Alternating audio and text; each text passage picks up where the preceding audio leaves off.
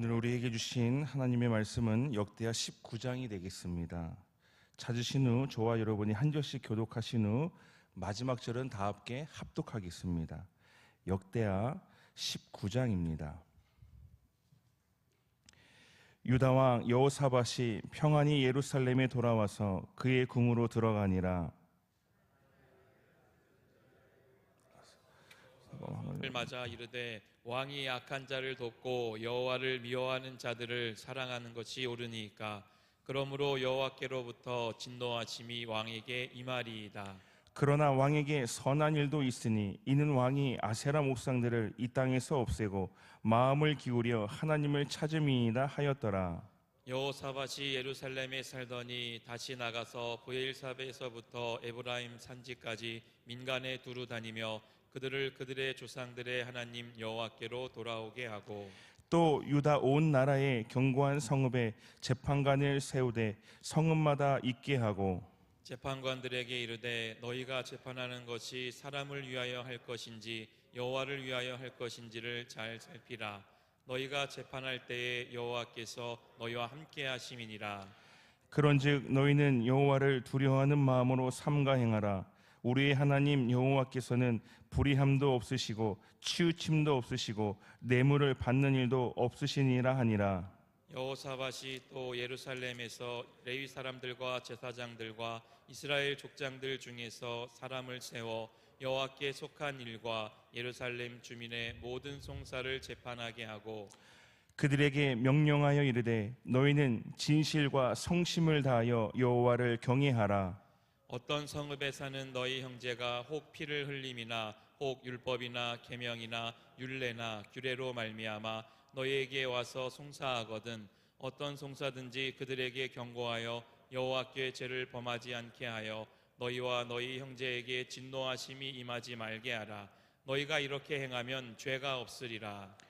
여호와께 속한 모든 일에는 대제사장 아마랴가 너희를 다스리고 왕에게 속한 모든 일은 유다 지파의 어른 이스마엘의 아들 스바냐가 다스리고 레위 사람들은 너희 앞에 관리가 되리라.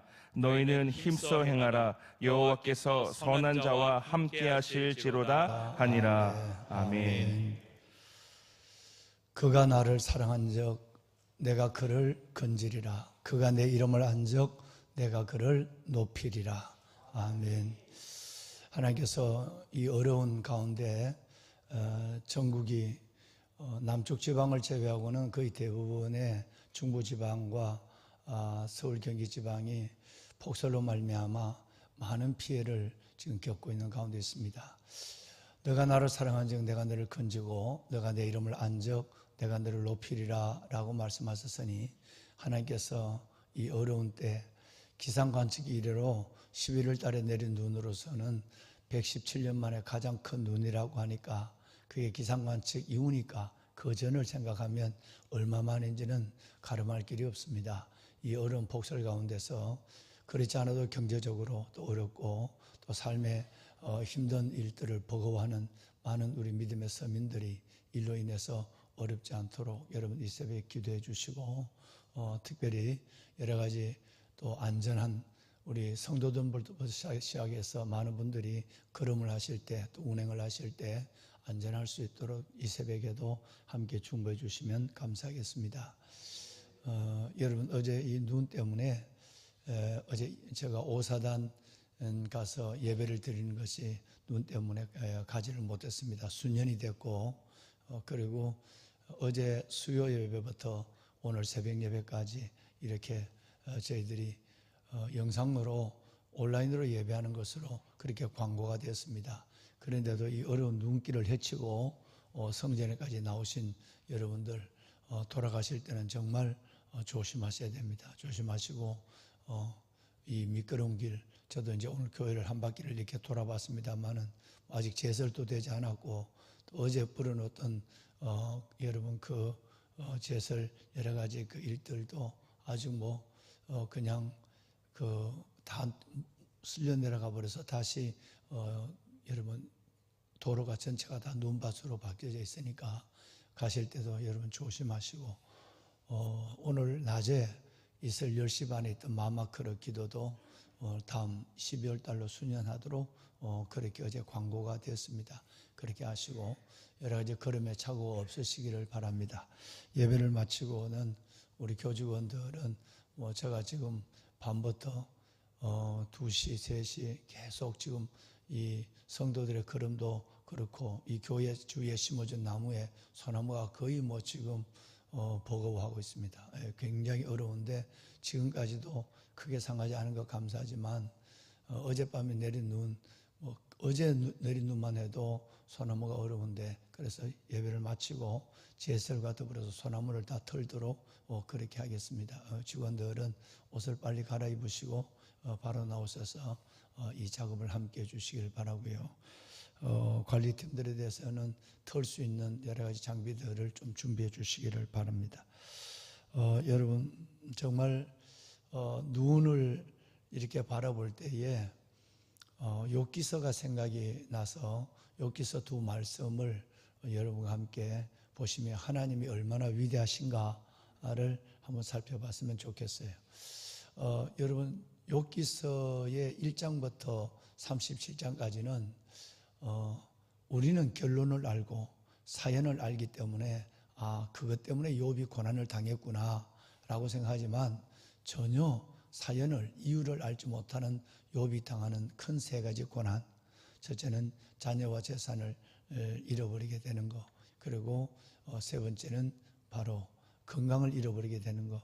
이 세 가지 자녀를 잃고 전 재산을 잃어버리고 건강을 잃어버린 이 가운데서 욥이 당한 고난의 무게는 실로 어마어마한 고난이다, 고통이었다고 생각하게 되죠.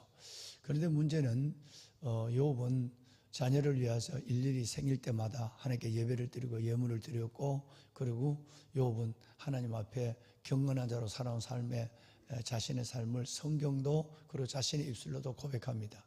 근데 빌닷과 소박과 일바스 같은 욥의 친구들이 끝없이 욥에게 하나님이 의로우신데 이 고난에 욥에 주신 이 환난의 이유를 모른 채, 욥도 모르지만 친구들도 모르니까요.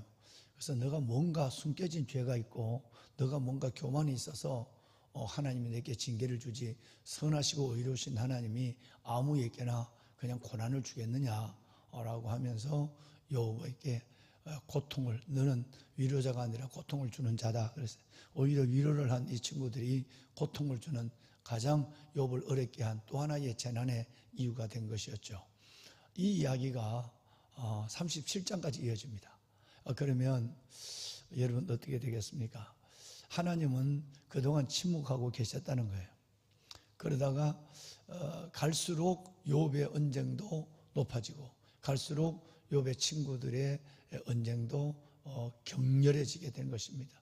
너가 하나님을 정의하느냐, 하나님을 불의하게 보느냐부터 시작해서 나는 완전하지 않지만 이 정도의 고통을 받을 죄는 나는 아무리 기도해도 없는 것 같아. 나는 회개도 충분히 하고 하나님 앞에 내 모든 인생을 맡긴 것도 분명히 있고, 그러니까 이건 난 이유를 모르겠어 라고 얘기하니까 그것 자체가 교만이야. 이렇게 해서 그것까지 37장까지 갑니다. 여러분 이 37장까지 욥과 친구들의 이 언쟁을 통해서 우리는 우리 안에 있는 또 하나의 죄성을 볼 수 있는 것이고, 또 하나 그 가운데 그들이 오가는 말을 통해서 하나님의 적지 않은 진리를 우리에게 욥의 입술을 통해서, 그리고 욥의 친구들은 조금은 엉터리 같지만 그때도 또 어떨 때 보면 하나님의 진리의 말씀을 간간히 쏟아내는 이 모습을 봅니다. 이것을 하나님은 가만히 보고 침묵을 하고 계시다가 하나님은 드디어 입을 여는 것이 38장입니다. 그래서 38장, 39장을 보면 특별히 저는 믿지 않는 자들에게, 처음 교회를 나온 사람들이나 아직도 믿지 않는 자들에게 38, 39, 40장 이 세 장을 꼭 읽으라고 얘기하죠. 읽어보면 하나님이 얼마나 위대하신 하나님, 얼마나 놀라우신 하나님인가를 알 수 있기 때문에 꼭 교회를 아직도 하나님이 없다고 얘기하거나 만물 가운데 나타나는 신성과 능력을 로마서 1장 말씀처럼 보고도 하나님 앞에 아직도 고개를 흔드는 사람들이나 보면 38장, 39장을 읽어보면 뭔가 그들 속에 40장까지 가면 뭔가 맞아, 내가 무심히 봤던 이것이다. 하나님의 놀라운 하나님의 능력이네라고 인정하게 되는 믿음을 갖게 되기도 하죠. 자, 그런데 그 38장에 여러 가지 말씀이 나옵니다. 하늘의 삼성, 묘성이죠. 부터 시작해서 달리는 말의 갈기, 악어의 입의 힘, 이 모든 것을 다 네가 할 수 있겠느냐? 너희들, 다시 말하면 너희들이 지금 말하고 있는 것은 와우각상과 똑같은 거야. 달팽이가 싸우는 거와 똑같은 거야. 이 어마어마한 하나님, 이 고난을 이끌어가고 이 문제를 너희에게 고통을 주는 하나님을 어떻게 그렇게 너희는 그렇게 생각하지 못하느냐? 하나님은 너희가 생각한 그 정도 하나님이 아니야 라고 하는 하나님의 지혜와 능력을 끝없이 자연 계시를 통해서 설명하고 있죠. 근데 그 중에 여러분 37절에 보면 이런 말씀이 있습니다. 우리 한번 읽어보실까요? 누가 지혜로 구름의 수를 세겠느냐? 누가 하늘의 물주머니를 기울이겠느냐? 우리가 여러분 여름에 폭우가 올 때 태풍이 와서 여러분 그 엄청난 태풍의 천둥 번개와 폭우를 경험하게 될 때, 홍수를 경험하게 될 때 하나님은 그게 단순히 그리 보지 않는다는 거예요.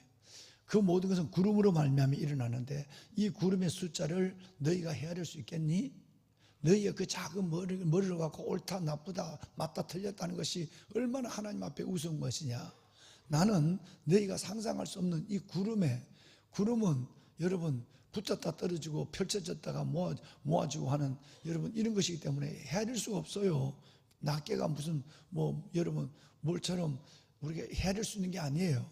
근데 너희가 그 구름의 어마어마한 것을 너희가 면적도 구름에 여러분 나타나는 자리도 너희가 그 수를 헤아릴 수 있겠느냐?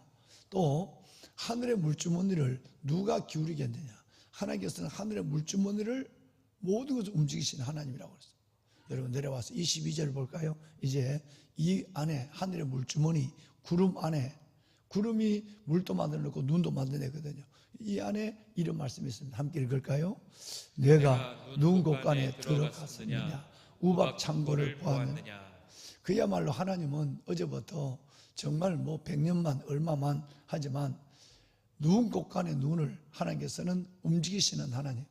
그러니까 눈송이 하나라도 하나님이 움직이시는 능력 가운데 여러분 보여지는 것이라고 믿어야 된다는 거예요. 그래서 하나님이 너희가 누운 곳간에 내가 가지고 있는 능력의 누운 곳간에 너 들어봤니? 그리고 내가 이끌어가는 그 우박 창고를 너희가 한번 보았냐? 라고 말씀하고 있습니다. 모든 자연의 기상을 이끌어 가시는 하나님인 것을 우리에게 말씀하고 있습니다.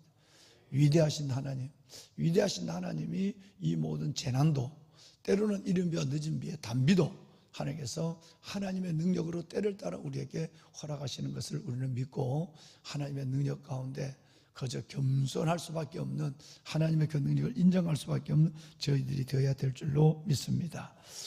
보배로운 여러분,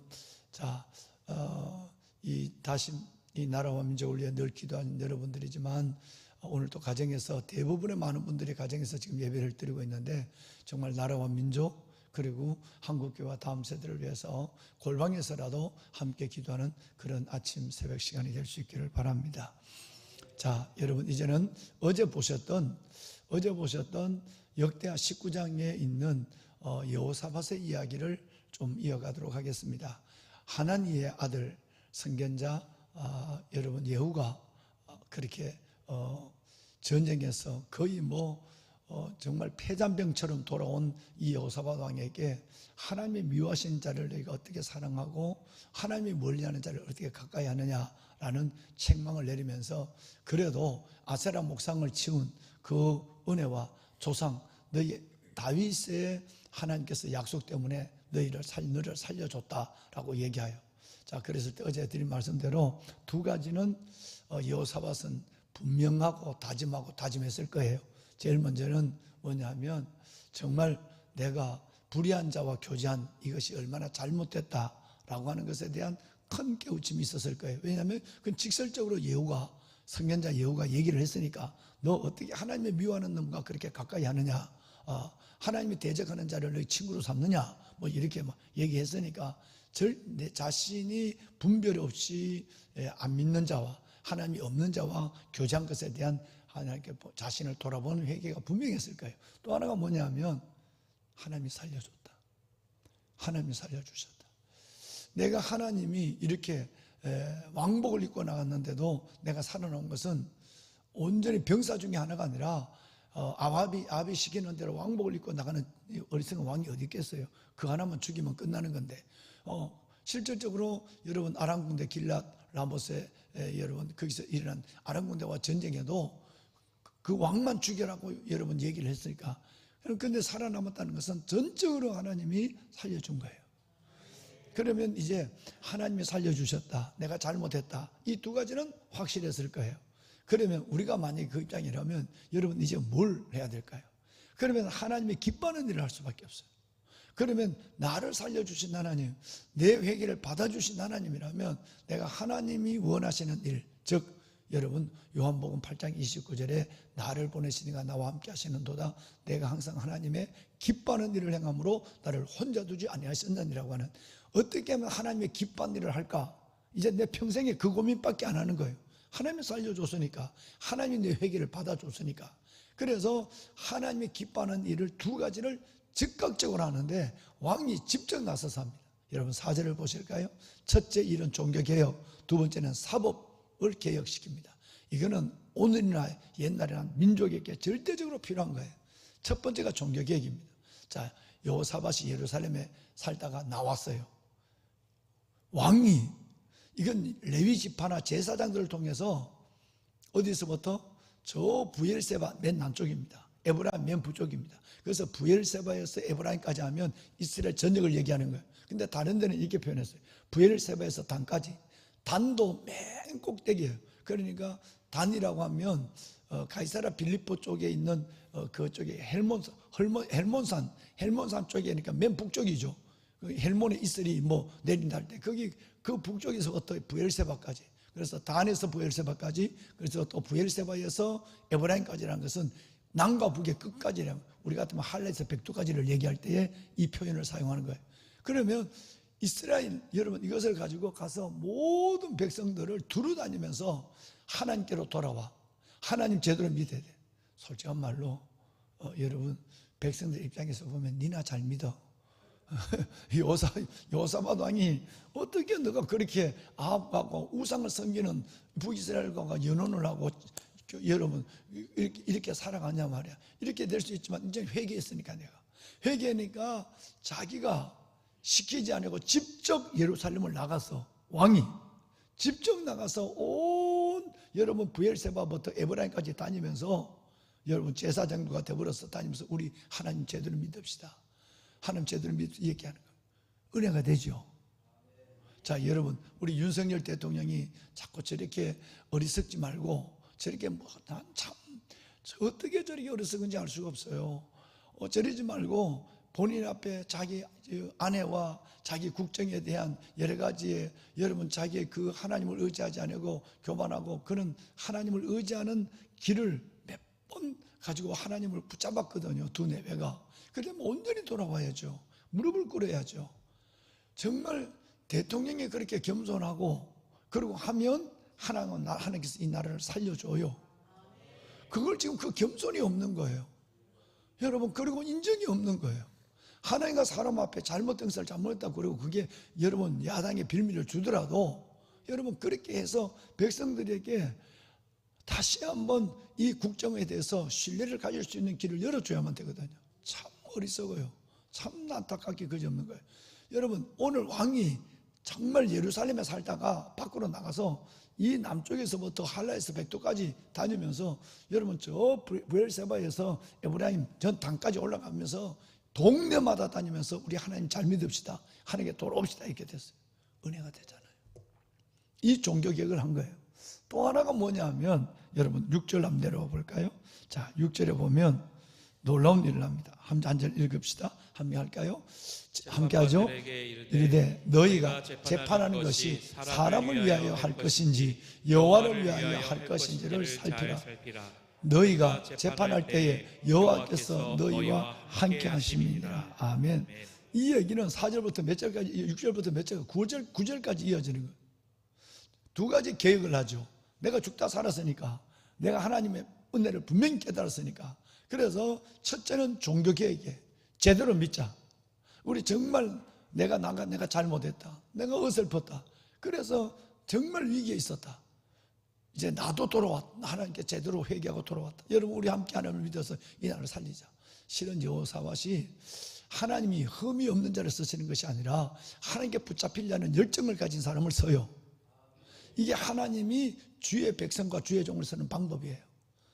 흠이 없는 사람을 쓰는 것이 아니라 하나님께 붙잡히려는 소원을 가지고 있는 사람을 쓰시는 거예요. 여호사밧에게는 이것이 있는 거예요. 그러니까 온 백성과 더불어 하다가 또 하나의 계획이 뭐냐면 사법개혁이에요. 지금도 여러분 재판 때문에 이렇군 저렇군 얘기가 굉장히 많은데, 정말 우리나라의 이 법조관들도 우리 법 연구에 대법관으로부터 시작해서 연구에 있는 이 완전한 좌파의 사상을 가지고 있는 분들이 너무너무 많아요. 정말 이건, 그래서 우리 교회에 있는 여기 검사분들이라든가 변호사분들이라든가 여러분 이분들에게 정말 얘기하죠. 정말 이 나라의 법조계를 바로 세워야 돼. 언론과 법조계만 서면 하나님 이 나라의 공법이 물같이 정의가 강처럼 흐르는 역사가 일어나게 될 줄로 믿습니다. 그러니 여러분, 전부 뇌물을 받고 쭉 읽어 내려가면 오늘 봉기신 것처럼 뇌물을 받지 마라, 판결을 굳게 하지 마라. 그리고 오늘 6절에 뭐라고 하냐면 이 하나를 해라. 너희가 재판할 때 사람을 위해서 할 거냐, 하나님을 위해서 할 거냐. 하나님을 위해서 한다면 공의와 공법을 생각하는 거예요. 사람을 위해서 한다면 정의에 움직이게 되고 뇌물에 움직이게 되는 거예요. 이 얘기를 하는 거예요. 왕이 온 재판관들에게 뇌물 받지 마, 사람을 보고 사람의 마음에 이끌리지 마, 너 하나님을 두려워해. 그래서 하나님을 위하여 할 것이냐 사람을 위하여 할 것을 판결을 하고 하나님 앞에 경외하는 마음으로 이걸 하라고 9절까지 계속 내려옵니다. 여러분, 자 9절 한번 읽어볼까요? 대단한 말을 합니다. 9절 함께 하죠. 그들에게 명령하여 이르되 너희는 진실과 성심을 다하여 여호와를 경외하라. 이건 뭐죠? 종교개혁과 사법개혁을 딱 합하면 이 말 한마디 안에, 이 박스 안에 다 들어가는 거예요. 우리의 삶도 이 안에 들어와야 돼요. 첫째는 진실과 진실이고 두 번째는 성심이에요. 하나님 앞에 진실하고 하나님 앞에 우리의 성심을 다하면 우리는 믿음도 똑바르고 내가 사법뿐 아니라 모든 직장의 삶에도 하나님의 공의가 드러나요. 그래서 여러분, 이 진실이라고 하는 이 말을, 이 진실한 이 말을 역대하 15장 17절 말씀에 보시면, 역대하 15장 17절 말씀을 한번 볼까요? 네. 방송실 넘겨준 원고를 좀 띄워주세요. 자, 역대하 15장 17절 말씀에 보면 한 화면에 제가 올려준 걸 꼭 띄워놓으세요. 여러분, 여기 보면 이스라엘 중에서 제하지 아니하였으나 산당은 아사의 마음이 일평생 뭐하였더라? 온전하였더라 그랬어요. 일평생 아사의 마음이 온전했다 라고 하는, 여러분, 이 온전함이 바로 진실함이에요. 온전했다 말은 우리가 진실과 성실함으로 하나님을 믿어야 된다라고 왕이 온 지방을 다니면서 얘기한 것처럼 여러분 진실이 뭐냐면 아사의 마음처럼 온전함이에요. 나중에 이 온전함이 무너져요. 아사가 변질이 돼요. 또 하나, 성실함이 뭘까요? 성실함은 16장 9절 말씀에 보면 여러분이 잘 아는 말씀이 나와요. 하나님 눈이 온 땅을 두루감춰놔서 전심으로 자기를 향하는 자에게 은혜와 능력을 베푸신다고 그랬어요. 여기 뭐가 나오냐면 전심으로 해요. 그래서 성실함이라는 말은 전심이에요. 내가 한 번, 몇 번 하다 마는 것이 아니라 끝까지. 그래서 성실함은 어떤 순간의 태도라기보다 시간의 흐름이라고 말씀을 했어요. 성실한 사람은, 한 가지는 한 번은 잘해요. 한 번은 성실할 수 있어요. 그런데 여러분 꾸준히 지켜봐도 그 사람은 변함이 없어. 항구여일해. 그런 사람을 가르쳐 우리는 뭐라고 그러죠? 진실하다, 성실하다고 얘기하는. 그래서 어떤 면에서 한순간의 태도라기보다도 시간의 흐름에 대한 인정이 성실함이에요. 전심으로 해요. 전심으로 여호와를 향하는 거예요. 그래서 왕은 온 여러분 백성들에게, 그리고 온 재판관들에게 너희가 전심과 진실과 성실함으로 다시 말해서 온전함과 여러분 이제 전심으로 하나님께 돌아와야 하고 하나님을 신뢰해야 한다라고 말씀하고 있습니다. 여러분, 이것이 오늘 우리에게 주신 음성으로 들읍시다. 그렇습니다. 우리의 삶에도 과연 내 안에 정말 정직이 있는가? 정말 내 안에 진실이 있는가? 그리고 또 하나는 내 안에 하나님 앞에 정말 변하지 않는 여러분 성실함이 내 안에 있는가를 생각하며 그리스도인의 명예를 가지고 하나님의 자녀의 여러분 그 하나님의 자녀의 이름을 걸고 내가 하나님 앞에 여러분 진심과 성실함으로 우리의 삶을 이루어가는 하나님의 자녀, 즉 우리의 삶의 자리에서 하나님을 마음껏 보여줄 수 있는 주의 백성들이 되어야 될 줄로 믿습니다. 여러분 11절 어제 읽으신 말씀을 읽고 마칠까요? 자, 11절 하반절 우리 한번 쭉 어디서부터 읽느냐면 올해 연초부터 계속해서 우리가 함께 외치고 외웠던 말씀, 너희는 힘써 일하라 여호와께서 선한 자와 함께 하실 줄로다. 이 부분만 우리 함께 읽도록 하겠습니다. 너희는 힘써 행하라. 시작. 너희는 힘써 행하라 여호와께서 선한 자와 함께 하실 줄로다 하니라. 아멘. 여러분, 내가 이런 자세로 살아가면 누구를 만나도 무슨 일을 만나도 염려가 없어요. 왜?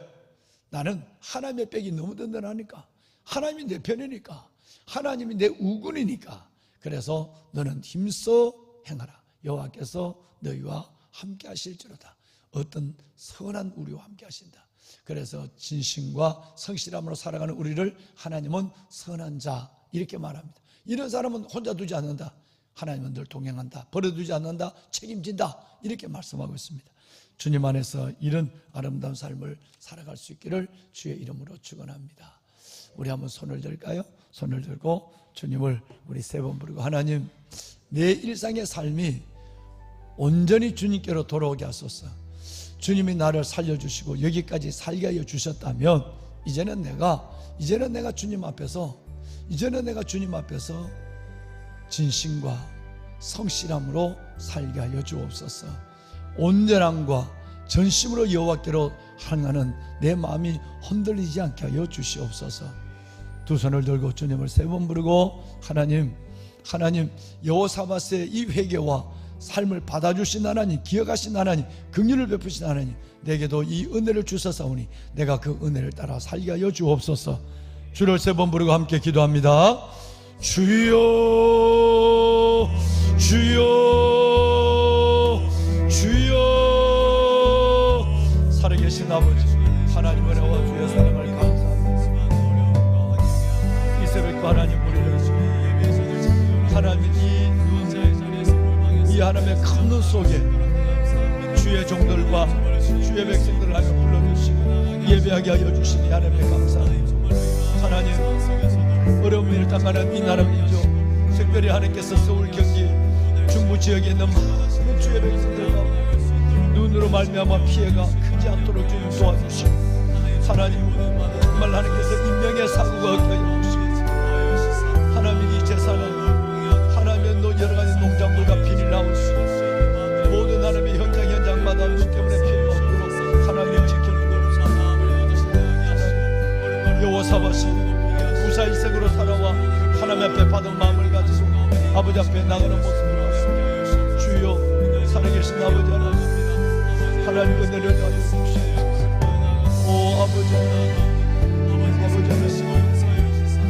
우리에게도 하나님의 진심으로 그리고 성실함으로 살아갈 수 있는 은혜를 하여 주시옵소서. 하나님을 경외하되 은혜 하나님을 의지하게 하시고 주님 안에 믿음으로 하나님의 변함없는 믿음으로 나가는 정말 변함없이 주님을 사랑하게 하여 주시옵소서.